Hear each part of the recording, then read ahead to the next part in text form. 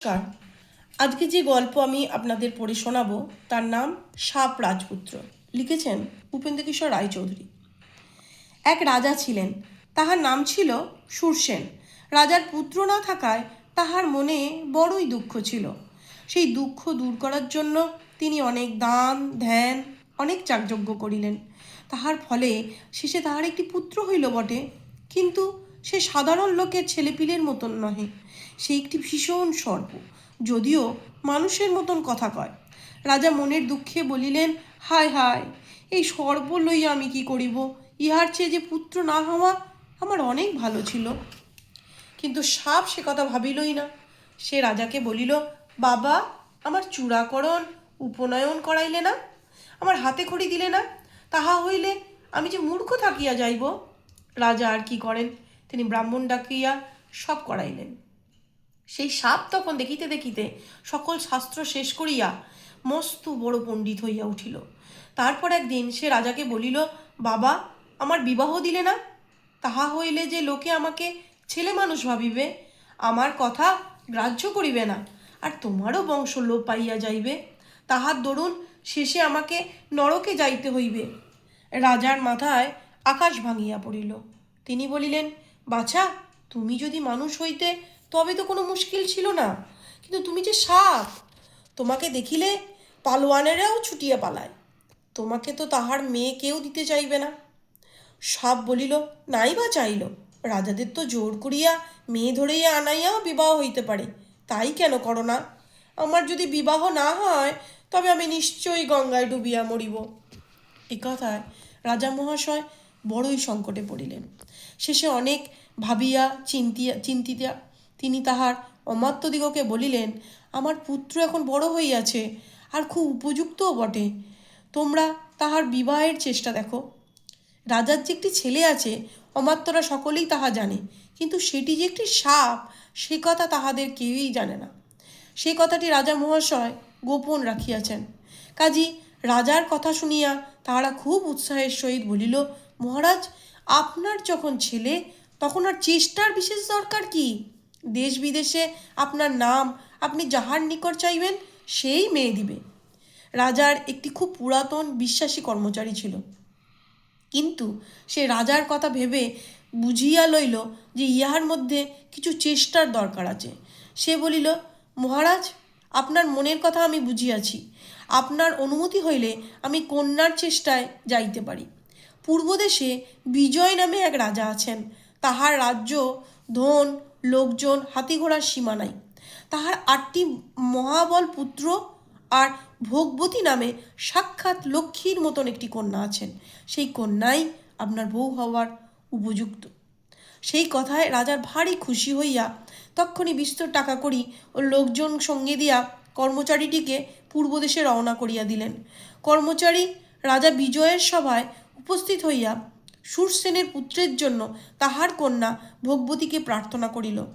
সেই সাপ সে জন্মেও চোখে দেখে নাই, জানে না যে সেটা সাপ। সে তাহাকে মানুষ ভাবিয়া আন্দাজি তাহার কত প্রশংসাই যে করিল তাহা আর বলিবার নয়। তাহার একটি কথাও সত্য নয়, কিন্তু রাজা বিজয় তাহার আগাগোড়াই বিশ্বাস করিলেন। কাজী বিবাহের কথা স্থির হইতে আর বিলম্ব হইল না। তারপর আর 2-1 বার আসা যাওয়া করিলেই বিজয় এক কথায় রাজি হইয়াই বর বিবাহ করিতে আসিবেন না, নিজের অস্ত্র পাঠাইয়া দেবেন, তাহার সঙ্গেই কন্যার বিবাহ হইবে। ক্ষত্রিয়দের মধ্যে এরূপ ঘটনা ঢের হইয়া থাকে। কাজেই তেমনি করিয়া কিছুদিনের মধ্যেই ভোগবতীর বিবাহ হইয়া গেল। কেউই জানিল না যে বিবাহ একটা সাপের সঙ্গে হইয়াছে। ভোগবতীও তাহা জানিল না।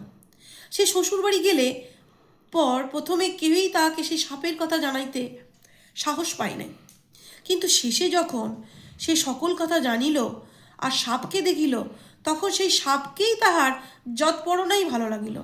সে দিনরাত পরম যত্নে তাহার সেবা করে, অতি মিষ্টভাবে তাহার সঙ্গে কথাবার্তা কহে, আর গান গাইয়া বাজনা বাজাইয়া খেলা করিয়া বিধিমতে তাহাকে খুশি রাখে। তখন একদিন সাপ তাহাকে বলিল, ভোগবতী, আমি তোমার উপর বড়ই সন্তুষ্ট হইয়াছি। পূর্বের কথা এখন আমার মনে হইতেছে। আমি অনন্তের পুত্র মহাবল নাগ, মহাদেবের হাতে আমি থাকিতাম। তখনও তুমি আমার স্ত্রী ছিলে। একদিন শিব আমার উপর চটিয়া আমাকে শাপ দেন যে তোমাকে মানুষের ঘরে সাপ হইয়া জন্মাইতে হইবে। তখন তুমি আর আমি দুজনে মিলিয়া শিবকে অনেক মিনতি করায় তিনি বলিলেন, আচ্ছা তোমরা দুজনে যখন গৌতমী নদীতে গিয়া আমার পুজো করিবে তখন তোমাদের সাপ কাটাইয়া যাইবে।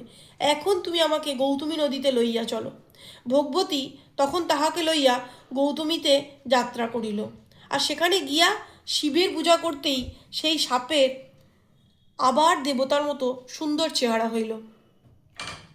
তখন সে শূরসেনের নিকট গিয়া বলিল, বাবা এখন আমার পৃথিবীতে প্রয়োজন নেই, শেষ হইয়াছে, অনুমতি করো আমি শিবের নিকট যাই। শূরসেন বলিলেন, বাবা তুমি হইলে যুবরাজ, কিছুদিন এখানে থাকিয়া রাজ্য ভোগ করো, তোমার ছেলেপিলে হোক, আমরা দেখিয়া চক্ষু জুড়াই, তারপর আমার মৃত্যু হইলে শেষে শিবের নিকট যাইও। সে কথায় সম্মত হইয়া মহাবল সুখে রাজ্য ভোগ করিতে লাগিল। এর পরের গল্পটি হলো শিবের বিয়ে। দুর্গার এক নাম পার্বতী, অর্থাৎ পর্বতের মেয়ে। তার পিতা হিমালয়, মা মেনকা। শিবের সঙ্গে যাতে তার বিয়ে হয় এই জন্য পার্বতী অনেক দিন ধরে কঠিন তপস্যা করছিলেন। তার ফলে শেষে শিবের সঙ্গেই তার বিয়ে হলো। পার্বতীর তপস্যায় তুষ্ট হয়ে শিব তাকে বিবাহ করিতে চাইলেন, কিন্তু বর যে সে তো আর নিজে কনের ব্যাপারে বাপের কাছে গিয়ে বিয়ে ঠিক করতে পারে না, তাহলে লোক হাসে। কাজী শিব সপ্তর্ষিদের ডেকে পাঠালেন। সপ্তর্ষিরাও তক্ষণি সোনার বলকল পরে মুক্তমালা গলায় দিয়ে মণিমাণিক্যের গহনা ঝলমলিয়ে তার কাছে এসে জোড়াতে বললেন, আমাদের কি সৌভাগ্য, প্রভু আজ আমাদের স্মরণ করেছেন, আজ্ঞা করুন আমাদের এখন কি করতে হবে। শিব বলিলেন, আমি হিমালয়ের পর্বতের মেয়ে পার্বতীকে বিয়ে করতে চাই, তোমরা তার কাছে গিয়ে সব ঠিকঠাক করো, দেখো যেন ভালো মতে কাজটি করে আসতে পারো। সপ্তর্ষিরা তখন নিমেষের মধ্যে আকাশে উড়ে সেই ঝকঝকে হিমালয় পর্বতে গিয়া উপস্থিত হলেন। হিমালয় দূর থেকে তাদের দেখতে পেয়ে মেনকাকে বললেন, না জানি ওই 7টি সূর্য কি করতে আমাদের এখানে আসছে। বলতে বলতেই তিনি দেখলেন ওসব সূর্য নয়, 7টি মুনি। তখন তিনি তাড়াতাড়ি তাদের কাছে গিয়ে জোর হাতে তাদের নমস্কার করে বসতে সুন্দর আসন দিয়ে বলিলেন, মুনি ঠাকুররা কি মনে করে আমাদের এখানে পায়ের ধুলো দিয়েছেন? মুনিরা বললেন, শিব তোমার কন্যা পার্বতীকে বিয়ে করতে চেয়েছে, তাই আমরা এসেছি। এমন জামাই আর পাবে না রাজা, শিবের সাথে তোমার পার্বতীর বিয়ে দাও। তা শুনে হিমালয়ের আর আনন্দের সীমা রইল না। তিনি তক্ষুনি ছুটে গিয়ে পার্বতীকে সাজিয়ে গুছিয়ে এনে মুনিদের কোলে বসিয়ে দিয়ে বললেন, এই নিন আমার পার্বতীকে, এমন সুন্দরী লক্ষ্মী মেয়ে আর কখনো হয়নি, হবেও না। পার্বতীকে দেখে স্নেহে মুনিদের মন গলে গেল। তারা তার গায়ে হাত বুলিয়ে তাকে কত আশীর্বাদ করে বিয়ের সব কথাবার্তা বলে সেখান থেকে পরম আনন্দে হাসতে হাসতে চলে এলেন। স্থির হলো যে আর 3 দিন পরেই শিবের সঙ্গে পার্বতীর বিয়ে হবে। সপ্তর্ষিরা শিবের কাছে এসে এসব কথা জানালে শিব চারপর্ণায় খুশি হয়ে বললেন, বেশ বেশ, বিয়ের সময় তোমরা আমার পুরুত হবে, কিন্তু তোমাদের শিষ্যদের নিয়ে আসবে। মুনিরা সে কথায় যে আজ্ঞা বলে চলে যেতি শিব বিয়ের আয়োজন করবার জন্য তার ভূত প্রেত নিয়ে কৈলাস পর্বতে চলে এলেন। তারপর তিনি নারদকে ডেকে বললেন, নারদ, বিয়ে ঠিক করেছি, কনে হচ্ছেন হিমালয়ের মেয়ে পার্বতী। এখন তুমি একটি কাজ করো তো, দেবতাদের সকলকে নিমন্ত্রণ করে এসো, মুনি ঋষিদেরও বলবে, যক্ষ গন্ধর্বেরাও যেন বাদ না পড়ে, সকলকেই আসতে হবে, যে না আসবে তার সঙ্গে আমার ছাড়াছাড়ি হবে। নারদ মুনি যেমন তেমন চালাক লোক ছিলেন না, শিবের হুকুম মতো সব কাজ করে ফেললেন। ততক্ষণে কৈলাস পর্বতে খুবই ধুমধাম পড়ে গেছে। ভূতেরা ঢাক ঢোল সিঙ্গা সানাই কাঁসর কর্তার সব বাজিয়ে সৃষ্টি মাথায় করে তুলেছে। তাদের মুখে আজ আর হাসি ধরে না। ক্রমে দেবতারা একজন দুজন করে এসে উপস্থিত হলেন। হাঁসে চড়ে ব্রহ্মা এলেন, গরুড়ে চড়ে বিষ্ণু এলেন, ইন্দ্র, যম, কুবের, বরুণ কেউ আসতে বাকি রইলেন না। গন্ধর্ব আর অপ্সরারা তো এর ঢের আগেই এসে গান বাজনা জুড়ে দিয়েছে। শিবও সেই কখন থেকে সেজেগুজে প্রস্তুত হয়ে আছেন। বরের বেশে তাকে সুন্দরই দেখা যাচ্ছে। তারপর সকলে শিবকে নিয়ে রওনা হলেন। দেবতারা নিজে নিজে দল নিয়ে বরের আগে আগে যেতে লাগলেন। বাজনাদারেরা মাথা দুলিয়ে নাচতে নাচতে তাদের সঙ্গে সঙ্গে বাজিয়ে চলল। এদিকে হিমালয়ও চুপ করে বসে থাকেনি। পার্বতীকে নাইয়ে সাজিয়ে তারাও প্রস্তুত হয়ে আছেন। বাড়ি ঘর সাজিয়ে তোরণ বানিয়ে নিশান উড়িয়ে স্বপ্নপুরীর মতো সুন্দর করা হয়েছে। পর্বতেরা সকলে সেজিয়ে গুছিয়ে সপরিবারে এসে কাজকর্মে ব্যস্ত রয়েছেন। শিবকে এগিয়ে আনবার জন্য স্বয়ং গন্ধমাদন পর্বত কখন বেরিয়ে গেছেন। বর এলে তাকে আদর করে আনতে হবে, সেজন্য নিজে নিজে হিমালয় ফটকে দাঁড়িয়ে বাড়ির ভিতরে অবশ্যই কেউ চুপ করে নেই। মেয়েদের আজ বড়ই আনন্দ আর উৎসাহ। পার্বতীর মা মেনকা দেবী তো আনন্দে মাথা ঠিকই রাখতে পারছেন না। তিনি এরই মাঝে নারদ মুনিকে সঙ্গে করে নিয়ে গিয়ে ছাদে উঠে আছেন। যার জন্য মেয়ে এত তপস্যা করলেন, সেই শিবকে সকলের আগে দেখতে হবে। সাধারণ দেবতারাই যখন দেখতে এত সুন্দর, শিব না জানি তবে কত সুন্দর। এমন সময় গন্ধর্বের রাজা বিশ্বাবসু এলেন। তিনি দেখতে খুবই সুন্দর। তাকে দেখে মেনকা বললেন, এই বুঝি শিব? নারদ তাতে হেসে বললেন, না না, এ তো আমাদের বাজনদার, ও কেন শিব হবে? তা শুনে মেনকা তো থতমত খেয়ে চুপ করে গেলেন। ভাবলেন, বাজনদারই এমন দেখতে, শিব না জানি তবে কেমন। তারপর এলেন যক্ষদের নিয়ে কুবেরের। তিনি গন্ধর্বের রাজার চেয়ে দ্বিগুণ সুন্দর। মেনকা বললেন, তবে এই শিব? নারদ তাতে না বললে তিনি অপ্রস্তুত হয়ে মাথা চুলকুতে লাগলেন। এমনি করে সূর্য, চন্দ্র, ব্রহ্মা, বিষ্ণু, বৃহস্পতি সকলকে দেখি মেনকা বললেন, এই শিব।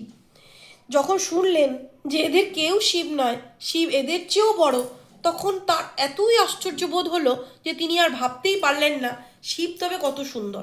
এমন সময় ভূত, প্রেত, ব্রহ্মদৈত্য সব নিয়ে শিব এসে উপস্থিত। এতে ভূত আর মেনকা কখনো একসঙ্গে দেখেননি। তাদের সেই বিকট ভেঙচি দেখি মাথা ঘুরে গেল। তাদের সঙ্গে যে আবার পাঁচমুখো একটা কে ষাঁড়ে চড়ে এসেছে, মাথায় জটা, পরনে বাঘছাল, গায়ে ছাই মাখা, গলায় মরার মাথা, সেই কথার খবর নেবার খেয়ালই তার রইল না। তখন নারদ সেই দেবতাকে আঙুল দিয়ে দেখিয়ে বলেন, এই শিব। যেই এই কথা বলা, অমনি মেনকা, ও লক্ষ্মী ছাড়ি পোড়ামুখী পার্বতী, করেছিস কি বলে অজ্ঞান হয়ে পড়ে গেলেন। শিব সে কথা জানতে পেরে ছুটে এসে মেনকার মাথায় জল ঢেলে অনেক হাওয়া করতে শেষে তার জ্ঞান হলো। তখন তিনি শিবকে আর নারদকে কি বকুনিটাই না বকলেন। নারদদের অপরাধ ছিল এই যে তিনি বলেছিলেন শিব বড় ভালো, তার সঙ্গে পার্বতীর বিয়ে হবে। বকতে বকতে তার সেই 7 মুনির কথা মনে পড়ে গেল, যারা পার্বতীর বিয়ে ঠিক করতে এসেছিলেন। অমনি তিনি তাদের উপর যার পান্ডায় চটে গেলেন। বেটারা গেল কোথায়? আজ তোদের দাড়ি ছিঁড়তে হবে। আবার মাথায় চাপড় মেরে বললেন, তাদেরই বা দোষ কি? ওই অবাগী মেয়েটাই তো যত নষ্টের গোড়া। এই বলে তিনি পার্বতীকে কত গালই দিলেন। শেষে তিনি বললেন যে আমি কিছুতেই এই কদাকার বুড়োর কাছে মেয়ে দেব না। ওর না আছে টাকা, না আছে গুণ, না আছে লেখাপড়া, না পারে একটা ঘোড়া কিনে চড়তে। তখন সকলে মিলে মেনকাকে কত বোঝালেন, কারও কথায় কিচ্ছু হলো না। পার্বতী নিজে এসে একবার তাকে মিনতি করে দুটো কথা বলেছিলেন। তাতে তিনি দাঁত কড়মড়িয়ে খেপে উঠে পার্বতীকে এমনই কিল আর কুনুইয়ে গুঁতো মারতে লাগলেন যে নারদমুনি তাড়াতাড়ি এসে তাকে ছাড়িয়ে না নিলে সেদিন ভারী মুশকিল হতো আর কি। যা হোক, শেষে বিষ্ণু এসে অনেক উপদেশ দিতে মেনকার মন একটু শান্ত হলো। ঠিক সেই সময় নারদও শিবকে বুঝিয়ে সুঝিয়ে তার চেহারা অনেকটা শুধরিয়ে এনে মেনকার সামনে উপস্থিত করলেন। তখন মেনকা দেখলেন যে শিবের মাথায় জটা আর গায়ে ছাই বলে তাকে উস্কো খুস্কো দেখায় বটে, কিন্তু আসলে তিনি সকল দেবতার চেয়ে সুন্দর। মেনকা যতই তার মুখের দিকে তাকান, ততই তার মনে হয়, আহা কি মিষ্টি, কি সরল। এমনিভাবে মেনকা অনেকক্ষণ অবাক হয়ে শিবের মুখের দিকে চেয়ে থেকে বললেন, আহা, আমার পার্বতীর কপাল বড় ভালো যে এমন স্বামী পেয়েছে। তা শুনে শিবের ভারী লজ্জা হওয়ায় তিনি জড়সড় হয়ে দেবতাদের কাছে চলে গেলেন। এদিকে মেয়েদের মহলে অনেক ভয়ানক ছোটাছুটি ধুম লেগে গেছে। সবাই বলছে, আরে দেখো এসে পার্বতীর কি সুন্দর বর হয়েছে। তারা যে যেমন ছিল তেমনিভাবে, কেউ রান্না ফেলে, কেউ কলসি কাকে, কেউ চুল বাঁধতে বাঁধতে, কেউ ঘোমটা টানতে টানতে, কেউ আচার খেতে খেতে এসে উপস্থিত হলো। শিবকে তারা চন্দন দিয়ে, খই দিয়ে আরও কত রকমের পুজো যে করলো তা কি বলবো। তাকে নিয়ে হাসি তামাশা কত হলো তার অন্তই নাই। মেনকা অব্দি এসে তাতে যোগ না দিয়ে থাকতে পারলেন না। তিনি শিবের পিছনে গিয়ে তার গলায় কাপড় জড়িয়ে টানতে আরম্ভ করেছিলেন। দেবতারা দেখে ফেলায় হাসতে হাসতে ঘরে পালিয়ে গেলেন। তারপর শিবকে রেশমি কাপড় পরিয়ে, তার গলায় সোনার ফুলের মালা, কপালে তিলক দিয়ে তাকে আর পার্বতীকে বিয়ের জায়গায় নিয়ে যাওয়া হলো। মুনিরা বেদ পড়তে লাগলেন। ব্রহ্মা তাদের দিয়ে বিয়ের সকল কাজ করিয়ে নিলেন। তারপর তার কথায় মেয়েরা এসে শিব আর পার্বতীর কপালে খই ছড়িয়ে দিতে লাগলো। আর গান্ধর্ব আর অপ্সরা মিলে গান বাজনা যে খুবই করলো তার আর কথাই নেই। এমনি করে শিব আর পার্বতীর বিয়ে হয়ে গেল। হিমালয় দেবতাদের সকলকে এমনি আদর অভ্যর্থনা করলেন যে তাদের লাজে মাথা হেঁট করে থাকতে হলো। তারা হিমালয়কে কত আশীর্বাদ যে করলেন তার লেখাজোখা নাই। তখন মেনকা লাজে জড়সড় হয়ে তাদের কাছে এসে বললেন, ঠাকুর, আপনাদের কাছে আমি ভারী পাগলামি করেছি, আমার বড় অপরাধ হয়েছে, আমাকে মাফ করতে হবে। দেবতারা হেসে বললেন, আপনার কোনো চিন্তা নেই, আপনি যা করেছেন তাতে আমরা আমোদই পেয়েছি, আপনার দিন দিন সৌভাগ্য বাড়তে থাকুক। তখন আবার বাজনা বেজে উঠল। সকলে সেজে প্রস্তুত হলো। দেবতারা মনের সুখে বরকনে নিয়ে কৈলাসে যাত্রা করলেন। হিমালয় আর মেনকা সকলকে নিয়ে তাদের গন্ধমাদন পর্বত পর্যন্ত এগিয়ে দিয়ে ঘরে ফিরে এসে ভাবলেন, হায় হায়, সব যে অন্ধকার, কোথায় গেল আমাদের পার্বতী।